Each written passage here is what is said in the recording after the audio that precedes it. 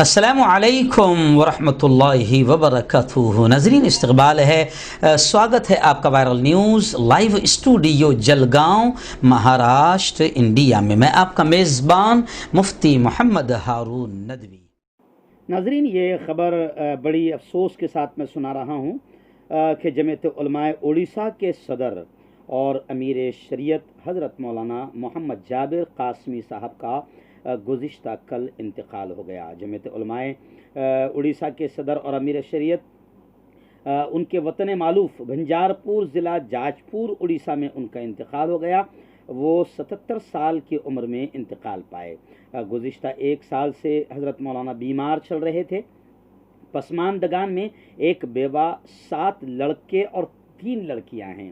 ان کی وفات حضرت آیات پر صدر جمعیت علماء ہند حضرت مولانا قاری سید محمد عثمان منصور پوری اور جنرل سیکریٹری مولانا محمود مدنی نے قلبی رنج و الم کا اظہار کرتے ہوئے اسے جمعیت علماء ہند کے لیے بالخصوص اور دینی اور ملی حلقے کے لیے بالعموم نقصان عظیم قرار دیا ہے۔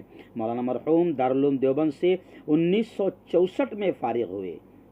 آپ مدرسہ مشکات العلوم بھنجارپور کے محتمم اور خطے میں بہت ہی مقبول و معروف عالم، مرشد اور مرجع خلائق تھے۔ بیعت و ارشاد کی نسبت سے حضرت فدائے ملت مولانا سید اسد مدنی کے مجاز تھے۔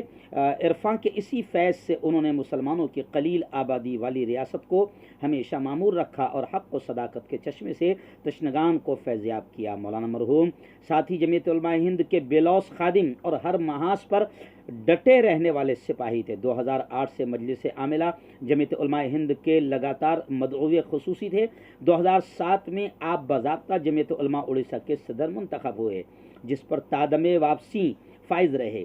آپ ریاست اڑیسہ کے امیر شریعت بھی تھے، نیز رابطہ مدارس اسلامیہ دارالعلوم دیوبند کی شاخ اڑیسہ کے صدر بھی تھے۔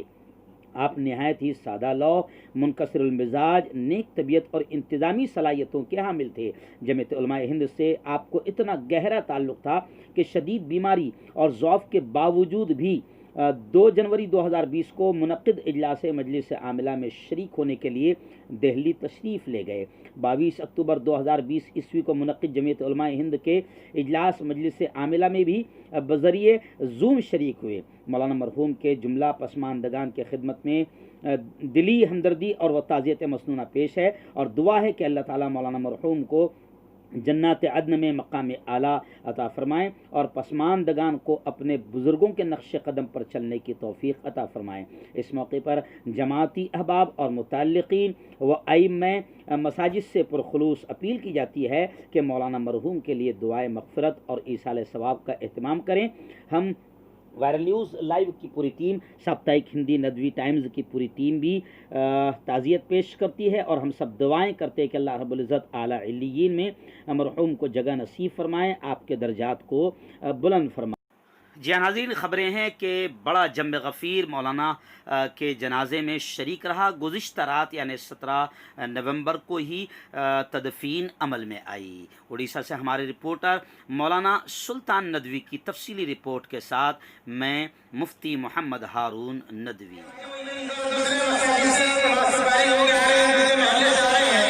وہ